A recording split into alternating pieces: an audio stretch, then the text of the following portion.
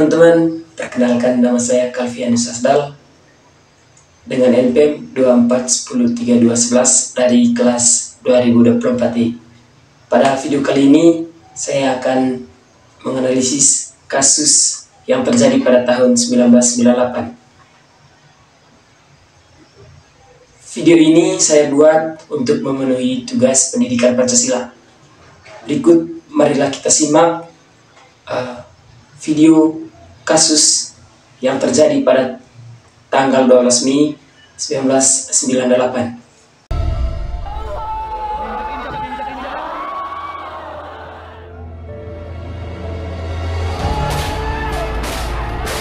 12 Mei 1998, tembakan menggema di depan kampus Universitas Trisakti, Jakarta. Gas air mata menyebar di udara. Ratusan mahasiswa berlarian menyelamatkan diri. Tapi tidak semuanya berhasil pulang dengan selamat. 4 mahasiswa Trisakti gugur.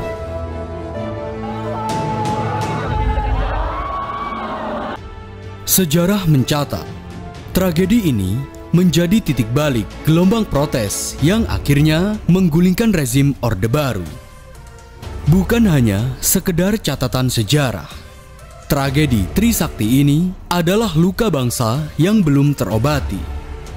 Inilah kisah kelam tragedi Trisakti 12 Mei 1998. Di era tahun 1980-an, negara-negara Asia termasuk Indonesia mengalami pertumbuhan ekonomi yang sangat pesat, terutama dalam sektor real estate, infrastruktur, dan industri manufaktur. Pertumbuhan ekonomi Indonesia sendiri sangat mengesankan. Inflasi terkendali, investasi mengalir deras, ekspor tumbuh pesat, kemiskinan dapat ditekan, dan cadangan devisa negara terus meningkat. Hingga tahun 1990-an, ekonomi Indonesia masih terlihat baik-baik saja.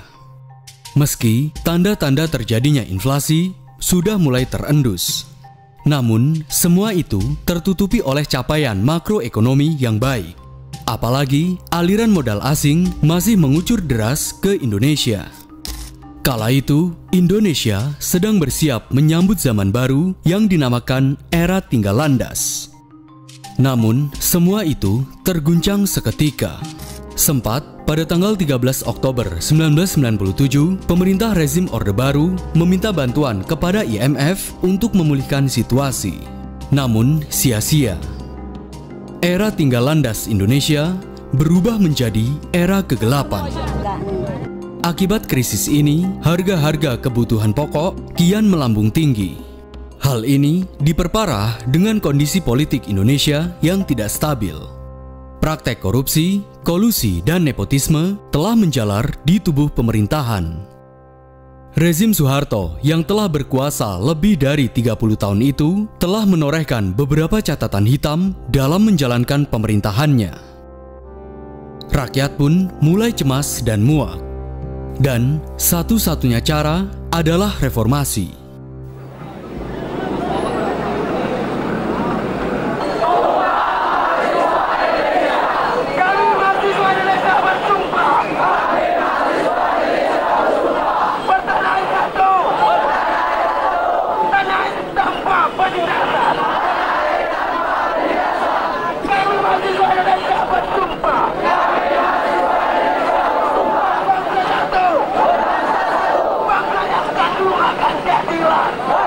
Dua hari kemudian, 4 April 1998 di Yogyakarta, aksi demonstrasi mulai berjalan rusuh.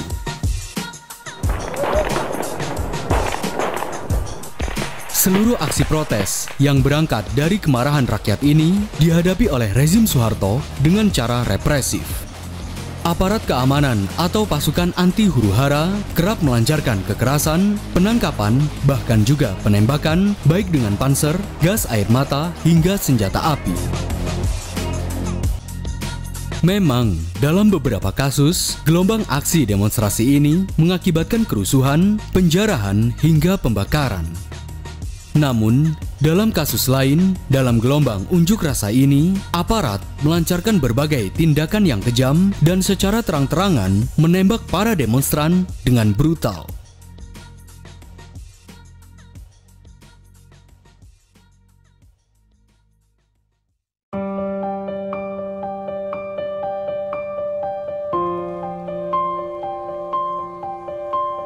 Berbagai aksi demonstrasi yang dilakukan para aktivis dan mahasiswa sejak tahun 1998 semakin hari semakin membludak. Kali ini adalah tentang sebuah peristiwa Trisakti yang berubah menjadi sebuah tragedi.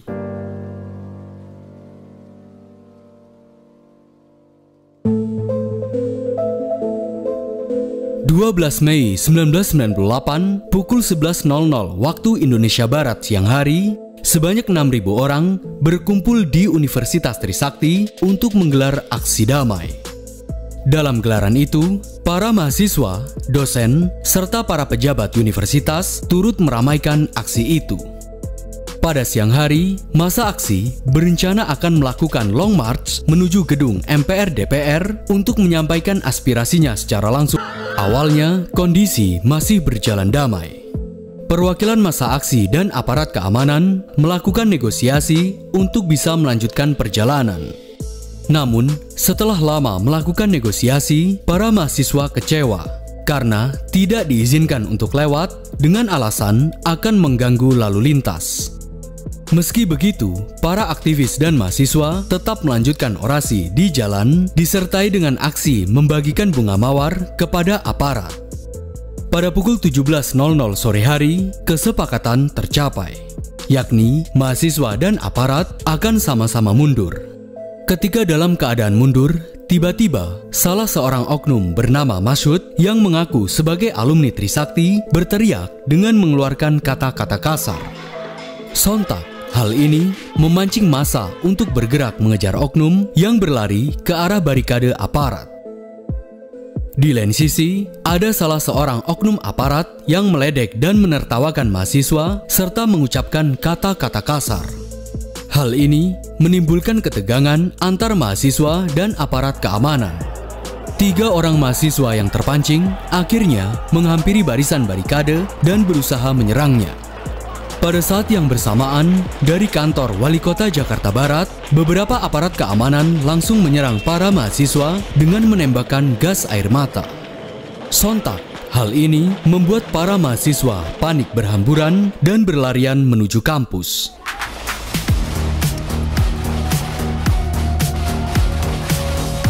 Dari kampus Trisakti, para mahasiswa melempari aparat dengan batu. Aparat pun terus-menerus melancarkan tembakan. Peluru karet dan peluru tajam kian berhamburan. Aparat yang tidak membawa senjata memukuli para mahasiswa dengan pentungan. Bahkan, beberapa mahasiswi mendapatkan pelecehan dari aparat. Situasinya pun menjadi semakin kacau. Aksi saling serang pun terjadi antara mahasiswa dan aparat keamanan. Sebagaimana dalam laman tirto.id edisi 12 Mei 2020 yang ditulis oleh Ahmad Muawal Hasan dengan tajuk Tragedi Trisakti dan Keadilan Tak Kunjung Tiba, di tengah bubarnya para mahasiswa pada pukul 18.40, pasukan bermotor dari para aparat keamanan berdatangan ke arah gerbang Trisakti. Aksi ala koboi itu dilakukan dengan melepaskan tembakan ke depan gerbang Trisakti. Sedangkan aparat yang berada di atas jembatan layang menembak para mahasiswa yang berlarian menuju kampus. Ketegangan yang terjadi ini masih berlangsung hingga malam hari. Para aparat keamanan masih melepaskan tembakan secara brutal, bahkan membabi buta dengan menargetkan mahasiswa. Peluru-peluru aparat pada waktu itu terus-menerus menghujani para mahasiswa. Yang pertama, dinamika. Kota Surakarta konflik kerusuhan Mei 1998 tidak terlepas dari era pemerintahan Orde Baru. Pergantian tongkat kepemimpinan dari Presiden Soekarno ke Presiden Soeharto membawa pada perubahan sosial ekonomi masyarakat. Di awal pemerintahan Presiden Soeharto, ia menghadapi laju inflasi yang mencapai 20-30%, kondisi infrastruktur yang berantakan, kapasitas produksi sektor industri dan ekspor yang menurun, penarikan pajak yang macet, hingga kenaikan bahan-bahan pokok yang drastis. Runtuhnya perekonomian Indonesia membawa jumlah penduduk miskin meningkat drastis. Menjelang akhir tahun 70-an, hanya sedikit mahasiswa yang mau bergabung dalam aktivitas gerakan-gerakan melawan resistensi negara. Mahasiswa yang bergabung pada aktivitas itu pun gerakan merupakan mereka yang memiliki kesadaran tinggi atas apa yang dialaminya. Kondisi ini semakin diperparah dengan tindakan represif terhadap aktivis mahasiswa. Memasuki bulan Mei 1998, aksi mahasiswa menuntut penurunan Presiden Soeharto semakin memanas. Peningkatan jumlah aksi demonstrasi mulai meningkat di berbagai perguruan tinggi. Jumlah peserta aksi juga turut mengalami peningkatan. Elemen masyarakat turut bersatu dengan mahasiswa dalam aksi demonstrasi. Dalam berbagai kesempatan, tak jarang aksi diwarnai berontakan dengan aparat keamanan, sehingga korban luka-luka yang harus dilarikan ke rumah sakit terdekat. Aksi kekerasan yang dilakukan oleh aparat keamanan menyulut tanggapan dalam masyarakat. Sentimen masyarakat dengan aparat kian bertambah. Yang kedua, kerusuhan. Tanggal 14 Mei 1998, mahasiswa dari Universitas Muhammadiyah Surakarta melakukan aksi demonstrasi persiapan aksi demonstrasi mahasiswa yang dilakukan di kampus UMS. Pembelaan dimulai sejak pukul 7.30 pagi. Kampus UMS bagian selatan dan utara mulai diblokade oleh aparat keamanan. Blokade ditujukan untuk memisahkan mahasiswa yang berbeda di dalam kampus dengan massa yang berkumpul di luar kampus. Perlahan demi perlahan, mahasiswa mulai berkumpul di dalam kampus, memenuhi sisi kanan, sisi kiri, jalan hingga area sekitar jembatan. Melihat adanya kerumun mahasiswa yang mulai memenuhi jalan, aparat meminimnya mahasiswa untuk masuk kembali ke dalam area kampus. Masuk hari kedua, aksi perusukan dan pembakaran di hari kedua terus berjalan hingga pukul 18.30 untuk mengantisipasi aksi kerusuhan melebar aparat. Aparat keamanan kembali memperlakukan jam malam. Walaupun hari pertama meletusnya kerusuhan di dalam jam malam, tetapi pemberlakuan jam malam belum tertentu efektif. Hanya di daerah-daerah tertentu yang malam berlangsung dengan baik, sementara di tempat lain aksi perusakan, penjarahan dan pembakaran masih terus berlanjut. Yang ketiga, pasca kerusuhan. Setelah 2 hari pasca kerusuhan ditemukan korban-korban yang terbakar di dalam bangunan toko dan pasar swalayan. Jumlah korban yang ditemukan sebanyak 3 jenazah yang meninggal ditemukan di dalam gedung Tosreba Latulevu Pasar Legi. 19 korban lainnya ditemukan di dalam toko sepatu bata. Salah satu dampak dari kerusuhan Mei 1998 ialah beban psikologi bagi tekanan psikologi dirasakan bagi korban yang kehilangan harta benda, korban yang melihat langsung keberingsingan massa, hingga korban yang kehilangan anggota keluarganya. Beban psikologi yang diderita korban pengaruh terhadap kehidupannya. Selama kerusuhan berlangsung, tercatat sebagian kecil masyarakat mengungsi ke daerah lain seperti ke Pulau Batam, Kalteng, Salatiga hingga ke luar negeri. Dalam laporan Kompas 21 Mei 1997, selama 6 hari pasca kerusuhan terdapat 14.000 orang yang menyebarkan ke Singapura melalui terminal penyebaran antar pulau. Masyarakat secara bertahap meninggalkan daerahnya untuk berlindung diri kemarahan massa. Masyarakat rela berpergian hingga ke desa-desa ataupun hanya menitipkan keluarganya di tempat orang lain yang tinggal di daerah yang aman. Pada slide kedua, kita akan menjelaskan reformasi. Satu kondisi menjelang reformasi. Reformasi yang terjadi di Indonesia pada tahun 1998 merupakan suatu gerakan yang bertujuan untuk melakukan perubahan dan juga pembaruan, terutama perbaikan tatanan kehidupan dalam bidang politik, ekonomi, hukum, sosial, dan agama.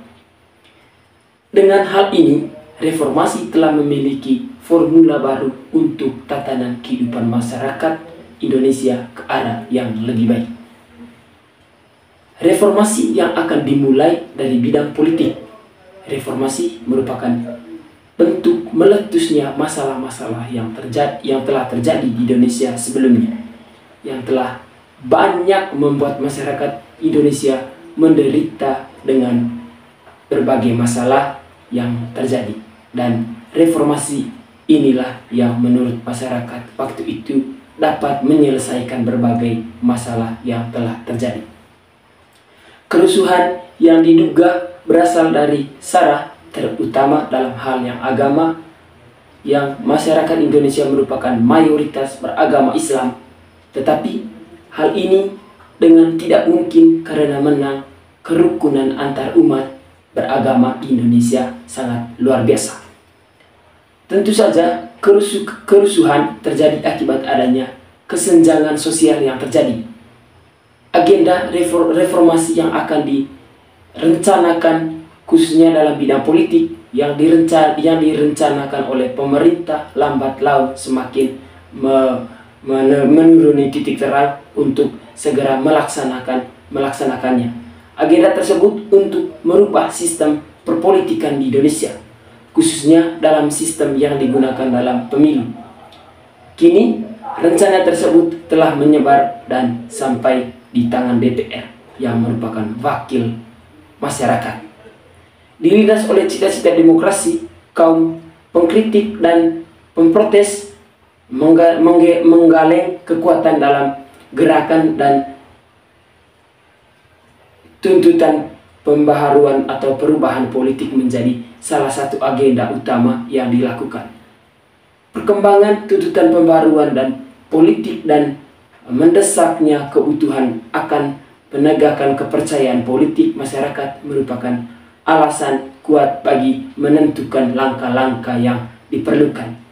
Karena langkah-langkah perubahan yang diperlukan itu adalah untuk mengoreksi sistem kekuasaan yang didesain, maka sudah pasti arahnya menuju demokrasi. Yang kedua, sikap terhadap turunnya Presiden Soeharto. Setelah pada akhirnya Presiden Soeharto kembali terpilih menjadi presiden, namun untuk kali ini Pak Soeharto akan dihadapi dengan permasalahan yang memang sudah ada di depan mata, yang merupakan masalah besar dan harus segera ditangani. Terpilihnya kembali Pak Harto menjadi presiden dan lambatnya pemerintah untuk menangani masalah yang ada membuat banyak masyarakat geram dan meminta Presiden Soeharto untuk turun dari jabatannya meskipun belum lama terpilih menjadi presiden pada kala itu. Banyak masyarakat menilai bahwa turunnya Presiden Soeharto merupakan bentuk reformasi sesungguhnya. Dalam hal ini tentu yang menjadi pertanyaan adalah bagaimana sikap pemerintah Kota Solo dalam menyikapi permasalahan yang ada serta tuntutan masyarakat untuk Presiden Soeharto turun dari jabatannya. Tentu dalam hal ini pemerintah Solo yang kala itu dipimpin oleh Iman Setopo kalau tidak salah sebagai wali kota selaras dengan keinginan DPRD Kota Solo yang memang setuju bahwa Presiden Soeharto harus segera turun dari jabatannya. Mengapa sikap ini diambil untuk segera mengatasi kerusuhan yang terjadi agar masyarakat Solo menjadi lebih tenang dan menghentikan kerusuhan yang terjadi? Meskipun sebagai kepala daerah yang harus selalu patuh terhadap Presiden Soeharto dalam melaksanakan pemerintahan, tetapi beliau juga menganggap Presiden Soeharto memang sudah tidak bisa mengambil langkah konkret untuk menyelesaikan persoalan yang ada. Pada slide ketiga ini kita akan menjelaskan dampak. Yang ke-1, dampak kerusuhan Mei 1998 terhadap pengusaha etnis Tionghoa di pertukangan Jakarta. Kerusuhan Mei 1998 yang terjadi selama kurun waktu 13-15 Mei 1998 telah melumpuhkan ibu kota Jakarta. Tidak satu pun orang dapat menolak bahwa kerusuhan tersebut telah memberikan dampak kerusakan yang begitu besar. Kerusakan terjadi pada berbagai jenis, misalnya bangunan, kendaraan, fasilitas, dan kerusakan lainnya. Kerusuhan juga terjadi pada skala wilayah yang luas, yaitu hampir di semua wilayah kota Jakarta. Kerusuhan yang terjadi di Petukangan pada tanggal 14 Mei 1998 telah 1998 daerah tersebut dan memberikan dampak yang besar terhadap para pengusaha. Kerugian dialami khususnya para pengusaha yang tokonya dirusak dan dijarah oleh massa. Kebanyakan toko atau bangunan yang dirusak oleh massa adalah toko milik pengusaha Tionghoa, ya, toko yang sekaligus menjadi tempat tinggal mereka. Memang ada juga warga pribumi yang dirusak tokonya, tetapi jumlahnya tidak banyak, hanya beberapa saja. Kejadian Mei 1998 mungkin adalah kejadian yang tak akan pernah terlupakan oleh pengusaha etnis Tionghoa di Petukangan Jakarta. Bagaimana tidak? Toko yang sekaligus menjadi tempat tinggal mereka hancur dirusak oleh para demonstran. Barang dan perabot rumah tangga ikut rusak dan dijerah tuntut, menimbulkan dampak yang sangat besar bagi para pengusaha Tionghoa di Pertukangan. Akibat kerusakan ini, pengusaha etnis Tionghoa merugi dan harus bekerja keras untuk membangun kembali usaha tersebut.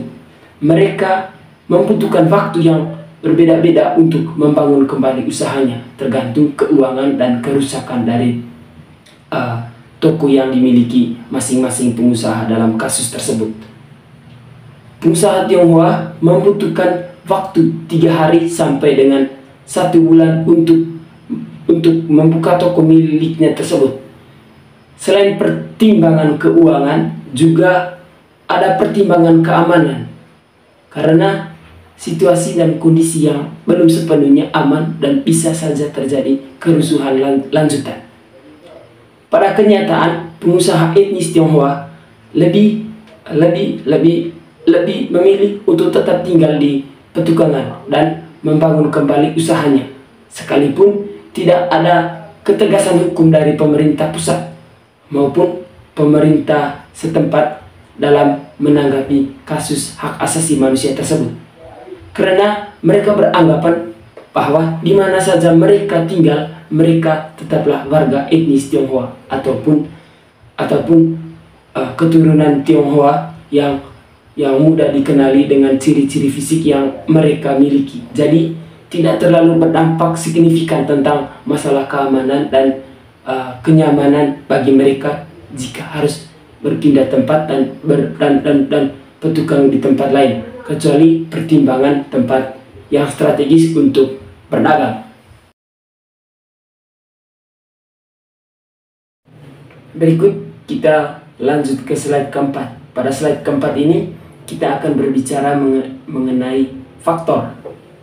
Yang pertama, faktor penghambat penyelesaian tragedi ini. Faktor pertama, undang-undang. pada undang-undang merupakan bukti bahwa bangsa Indonesia berkehendak baik untuk menyelesaikan sendiri dengan pelanggaran HAM melalui Pengadilan HAM Nasional. Namun keberadaan undang-undang yang mengandung kelemahan-kelemahan substansi pembuatan undang-undang tersebut sebenarnya memiliki legitimasi politik yang kuat, seiring dengan menguatnya konfigurasi politik DPR hasil pemilu 1999, termasuk menguatnya dukungan elemen-elemen demokrasi di luar parlemen. Kemenangan kekuatan pro-demokrasi di pemilu 1999 tidak dengan sendirinya mampu memproduk hukum responsif. Yang kedua, faktor sarana dan fasilitas. Adanya peradilan hak asasi manusia di seluruh wilayah Indonesia, sehingga penguatan hukum dapat dijalankan dengan mestinya dukungan sarana dan prasarana yang belum memadai sering dijadikan alasan pembenar atas kinerja yang kurang baik atau produktivitas yang rendah.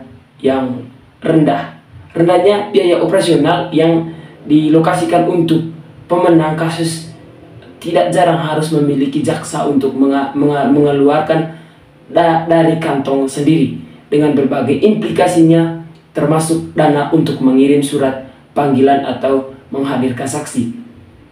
Untuk itu adanya perhatian dari pemerintah untuk menambah dana operasional dalam penegakan hak asasi manusia. Yang ketiga, faktor masyarakat. Prinsip partisipasi masyarakat mengharuskan bahwa aktor-aktor yang memiliki kewenangan membuka akses seluas-luasnya keterlibatan masyarakat dalam setiap tahapan pembentukan peraturan perundang-undangan. Yang perlu digarisbawahi adalah titik tekannya bukan hanya pada seberapa jumlah dan jauh masyarakat telah terlibat dalam pembentukan peraturan perundang-undangan, tetapi saya berpikir seberapa jauh masyarakat dapat menentukan hasil akhir atau dampak dari peraturan perundang-undangan. Di dalam ilmu hukum yang saya kenal dengan adanya beberapa pendapat tentang kesadaran hukum. Yang saya kenal diantaranya semakin banyak pendapat terdapat tentang kesadaran hukum. Di antaranya sekian banyak pendapat terhadap suatu rumusan yang menyatakan bahwa sumber satu-satunya hukum dan kekuatan mengingatkan hukum adalah kesadaran hukum masyarakat. Dikatakan kemudian bahwa perasaan hukum dan keyakinan hukum individu dan di dalam masyarakat yang merupakan kesadaran hukum individu merupakan pangkal pada kesadaran hukum masyarakat. Selanjutnya, pendapat tersebut menyatakan bahwa kesadaran hukum individu mengenai peristiwa tertentu. Dapat disimpulkan bahwa tragedi 1998 ini bertentangan dengan Pancasila sebagai dasar negara Indonesia. Pancasila menekankan pentingnya keadilan, kesejahteraan, dan persatuan. Tragedi 1998 menunjukkan bahwa ketidakadilan dan kesenjangan dapat memicu konflik sosial yang parah. Oleh karena itu, penting untuk memperkuat nilai-nilai Pancasila dalam masyarakat untuk mencegah terjadinya peristiwa serupa di masa depan. Sekian dan terima kasih.